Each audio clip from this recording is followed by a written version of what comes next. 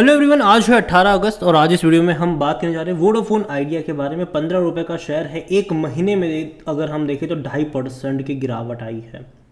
लेकिन graph interesting है क्योंकि कोई बहुत बड़ा मोमेंटम नहीं बन रहा है, ना ही कोई बहुत बड़ी मतलब अप साइड या फिर डाउन साइड देखने को नहीं मिल रही है। अब देखिए 15 रुपये का लो है, 16 रुपये के आसपास का हाई बना है। कोई बहुत बड़ी तेज़ी या गिरावट अभी नहीं आई, पिछले एक महीने में नहीं आई है। हालांकि उससे पहले हमने एक बड़ी तेज़ी भी देखी थी। आप देखिए यहाँ पर बेहतरीन रफ्तार भी देखी, बाद में करेक्शन भी देख रहे हैं और अभी अटक रहा है। ये 15-16 की रेंज में ये अटक रहा है।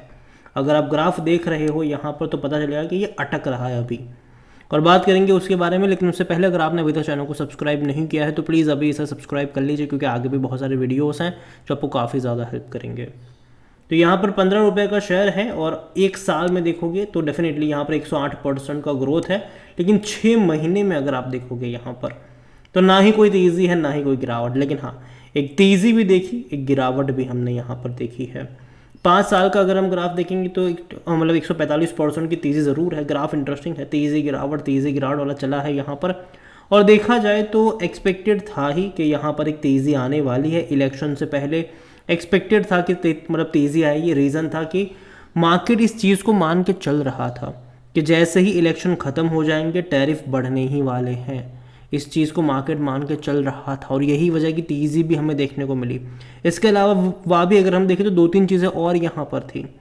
जैसे कि जो बड़ी बात थी, इनका सुप्रीम कोर्ट में इनकी जो पिटीशन है एजिया ड्यूसेस की कैलकुलेशन को लेकर, तो वो एक्सेप्ट हुई है। अब केस चलेगा, क्या फैसला आएगा ये तो आने वाला वक्त ही बताएगा। लेकिन हाँ, ये चीज़ें ज़रूर हो रही है। प्रमोटर पैसा इन्फ्यूज़ करने वाले हैं। इतना ही नहीं, FPO के ज़रिए भी इन्होंने काफ़ी 18,000 करोड़ रुपये रेज़ करे हैं। तो ये चीज़ भी थी यहाँ पर जिसके चलते तेज़ी आई थी।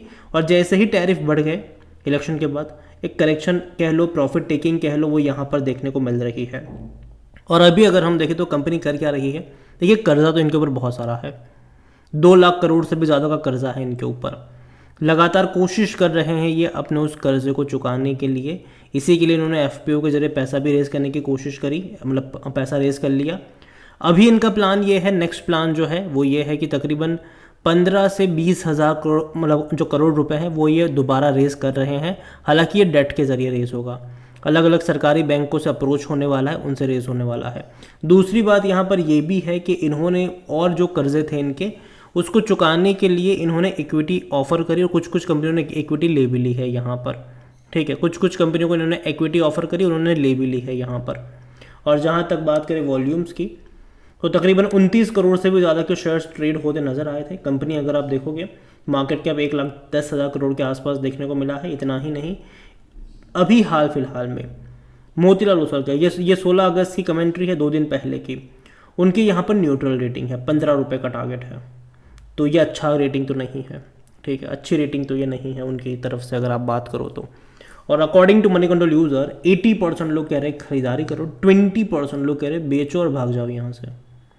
और जहाँ तक बात करी जाए इनके डिविडेंड को लेकर, तो कंपनी देखो प्रॉफिट तो कर नहीं रही है, तो डिविडेंड तो भूल जाओ कि आपको ये पे करेगा। ठीक है, और मुझे लगता नहीं कि आने वाले 4-5 सालों तक भी डिविडेंड आपका मुंह देखने को मिलेगा, या फिर 10 साल तक भी डिविडेंड शायद ना देखने को मिले आपको। रीज़न सिंपल से है कि जब कंपनी के ऊपर 2 लाख करोड़ से भी ज़्यादा का कर्जा होता है तो डिविडेंड के ज़रिए पैसा निकालना तो भूल ही जाओ आप वहाँ पर। और नंबर्स में कोई उतना बड़ा इंप्रूवमेंट नहीं है रेवेन्यू वाइज अगर आप देखते हो। हालांकि पहले गिरावट वाला था, लेकिन पिछले कुछ टाइम से, मतलब पिछले 2 फाइनेंशियल ईयर से बहुत ही मिनिमम ग्रोथ है, लेकिन ये बहुत ही कम ग्रोथ है। रीज़न ये है कि पिछले 5 सालों में टैरिफ बढ़े हैं। अगर आप देखो तो टैरिफ बढ़े हैं पिछले 5 सालों में। और दूसरी बात, अगर मैं इसको कंपेयर करता हूँ बाकी टेलीकॉम कंपनी एयरटेल और जियो से ही कंपैरिजन में ऐसा करूँगा, तो उनके रेवेन्यू में भैया बहुत तेज़ी देखने को मिली है। लेकिन यहाँ पर वो तेज़ी नहीं है टैरिफ बढ़ने के बावजूद भी। रीज़न सिंपल सा है कि इनके सब्सक्राइबर लगातार इन्होंने जो है वो लूज़ करे हैं, लगातार इनके सब्सक्राइबर इनको छोड़ के गए हैं, और ये एक प्रॉब्लम है इनके लिए। और प्रॉफिट तो भूल जाओ कि आपको यहाँ पर देखने को मिलेगा। आने वाले 2-3 सालों तक भी ये कंपनी आपको प्रॉफिटेबल नज़र नहीं आएगी। भले ही हाल फिलहाल में टैरिफ बढ़ाए गए हैं, उसका एक फ़ायदा ये होगा कि जो लॉसेस ज़्यादा हो रहे हैं क्वार्टरली, अगर आप देखो तो नुकसान ज़्यादा है, शायद ये कम हो जाए। अभी लास्ट क्वार्टर के भी नंबर थे, लॉस काफ़ी ज़्यादा था, शायद ये लॉस कम होगा, लेकिन प्रॉफिट तो मुझे नहीं लगता कि यहाँ पर आपको देखने को मिलेगा। और जहाँ तक बात करें वैल्यूएशन की, तो इसका जो पी रेशियो है वो नेगेटिव में है, क्योंकि कंपनी प्रॉफिट नहीं करी, कंपनी लगातार नुकसानी में ही है। 24% एनालिस्ट कहते हैं खरीदारी करो। फाइनेंशियल्स अगर हम देखेंगे इसके तो अच्छे तो नहीं है, हालांकि फिर भी इस बार लॉस कम हुआ है, वरना इससे पहले के क्वार्टर में 7,000 करोड़ 8,000 करोड़ तक के लॉस हुआ करते थे। इवन पिछले साल भी 7,840 करोड़ का लॉस था। तो इस बार लॉस थोड़ा सा कम हुआ है, हालांकि रेवेन्यू में कोई तेज़ी नहीं है, लेकिन मैं उम्मीद करूंगा कि सितंबर में इनके रेवेन्यू आपको ज़्यादा नज़र आएंगे। रीज़न सिंपल सा है, टैरिफ बढ़ाए जो गए हैं उसका असर देखने को मिलेगा। जो 15 से 20% तक के टैरिफ बढ़े हैं, अगर वो यहाँ पर देखने को मिलेंगे इंक्रीज़ होता हुआ रेवेन्यू, मैं मानता हूँ कि 15% का रेवेन्यू तो इंक्रीज़ होना चाहिए यहाँ पर। क्योंकि देखो अब तक क्या हो रहा था कि जब टैरिफ बढ़ भी रहे थे तो इनके रेवेन्यू प्रॉफिट उतने ज़्यादा नहीं बढ़ रहे थे। रीज़न ये था कि लोग इनको छोड़ के जा रहे थे।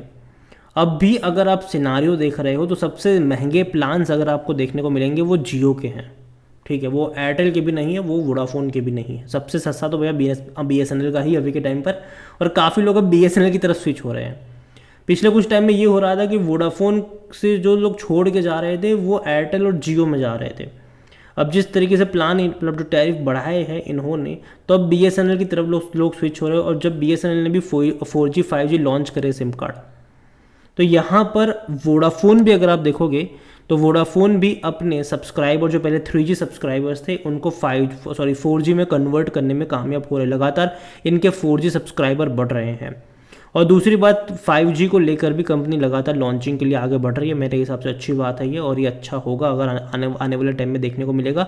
तो कहीं ना कहीं मैं ये मान के चल रहा हूँ कि इनका जो सब्सक्राइबर बेस कह लो, यूज़र बेस कह लो, जो कि अब तक घट रहा था, मुझे लगता है कि वहाँ पर जो ब्रेक है वो लगना स्टार्ट होगा। अब जो लोग छोड़ के जा रहे थे, अब मुझे लगता है कि शायद वो रुकना शुरू हो जाएंगे, और ये एक अच्छा साइन हो सकता है इनके लिए। और जहाँ तक बात करें हम शेयर होल्डिंग की, तो प्रमोटर की होल्डिंग 37.17% की है। प्रमोटर यहाँ पर दो लोग हैं, एक तो वोडाफोन ग्रुप है, दूसरा आदित्य बिरला ग्रुप है। 6.12% म्यूचुअल फंड के पास है, 0.86% डोमेस्टिक इंस्टीट्यूशन के पास है, 12.77% एफआईएल्स लेकर बैठे हैं। रिटेल और अदर की मिलाकर 43.07% की होल्डिंग है, जिनमें से 5.89% रिटेल इन्वेस्टर के पास है। अदर पार्टीज 37.18% है, और इस अदर पार्टीज में एक बहुत बड़ी क्वांटिटी जो है वो गवर्नमेंट लेकर बैठी है, 33 से 34% के आसपास की। हालांकि गवर्नमेंट को कोई कंपनी अच्छी लगी से उन्होंने खरीदारी नहीं करी है। ये एशिया ड्यूज़ का तकरीबन 16,000 करोड़ रुपए चुकाने थे, जो नहीं चुका पा रहे थे, और मजबूरी में गवर्नमेंट को यहाँ पर इक्विटी एक्सेप्ट करनी पड़ी, क्योंकि 16,000 करोड़ कहीं से भी ये लोग चुका नहीं पाते, तो इक्विटी एक्सेप्ट करनी पड़ी। लेकिन उसी के बाद गवर्नमेंट ने लगातार इनको पुश करा है कि भैया पैसा रेज करो, पैसा रेज करो, पैसा रेज, क्योंकि हर बार पैसा मतलब हर बार इक्विटी एक्सेप्ट नहीं करेंगे ये। और यही वजह है कि 18,000 करोड़ का FPO हमने देखा यहाँ पर। तो देखिए ओवरऑल मैं वोडाफोन को लेकर देखूँ तो तेज़ी डेफिनेटली यहाँ पर दिखाई ज़रूर है, लेकिन अभी अगर आप ग्राफ देखो तो कहीं ना कहीं संभल रहा है, रुक ज़रूर रहा है, और मैं उम्मीद करता हूँ कि यहाँ पर ये टिका रहे। और जहाँ तक मुझे लगता है कि देखो बर्बाद तो नहीं होगा, क्योंकि अब गवर्नमेंट के भी बेस्ट इंटरेस्ट में नहीं है कि वोडाफोन आइडिया को कुछ हो जाए, क्योंकि गवर्नमेंट का भी बहुत सारा पैसा यहाँ पर लग चुका है। तो मुझे नहीं लगता कि कुछ होगा इस कंपनी को, बर्बाद होने वाली कंपनी मुझे नहीं लगती है। टाइम ज़रूर लगेगा, थोड़ा बहुत इसको रिकवर करने में आपको लंबा इंतज़ार करवाएगा ज़रूर ये, लेकिन आने वाले 3-4 क्वार्टर के नंबर मेरे हिसाब से बहुत ज़्यादा इंपॉर्टेंट होने वाले हैं। रीज़न है कि जो टैरिफ बढ़ाए हैं उसका कहीं ना कहीं रेवेन्यू बढ़ेगा इनका। दूसरा यहाँ पर जो पैसा रेज करा है उसका भी देखते हैं कि कैसे इस्तेमाल होता है, और लगातार अब ये 5G को लेकर भी अग्रेसिव बढ़ रहे हैं, 4G को लेकर भी अग्रेसिव आगे बढ़ रहे हैं, तो उसका बेनिफिट इनको मिलना चाहिए। तो ये मैं इतना ही कहूँगा कि नज़र रखिए इस कंपनी के ऊपर। ख़राब मेरे हिसाब से फंडामेंटली अभी भी काफ़ी ज़्यादा वीक कंपनी है, लेकिन कहीं ना कहीं मैं उम्मीद कर रहा हूँ कि धीरे धीरे ही सही, लेकिन यहाँ पर रिकवरी लौटनी चाहिए। अगेन ये मेरा पर्सनल ओपिनियन है, कोई भी इन्वेस्टमेंट एडवाइस नहीं है ये, और लॉन्ग टर्म का आउटलुक हो तो ही एंट्री करिएगा। शॉर्ट टर्म में अभी भी मुझे काफ़ी ज़्यादा अप्स एंड डाउन्स यहाँ पर नज़र आ रहे हैं, ये मेरा मानना है। बाकी मर्जी आपकी है। वीडियो को यहीं पे एंड करता हूँ। पसंद आया हो तो लाइक करो, शेयर करें, चैनल वगैरह पहली बार है तो प्लीज़ सब्सक्राइब करें। और वोडाफोन आइडिया के बारे में आप क्या सोचते हैं वो भी आप मुझे कमेंट में लिख के बता सकते हैं। Thank you.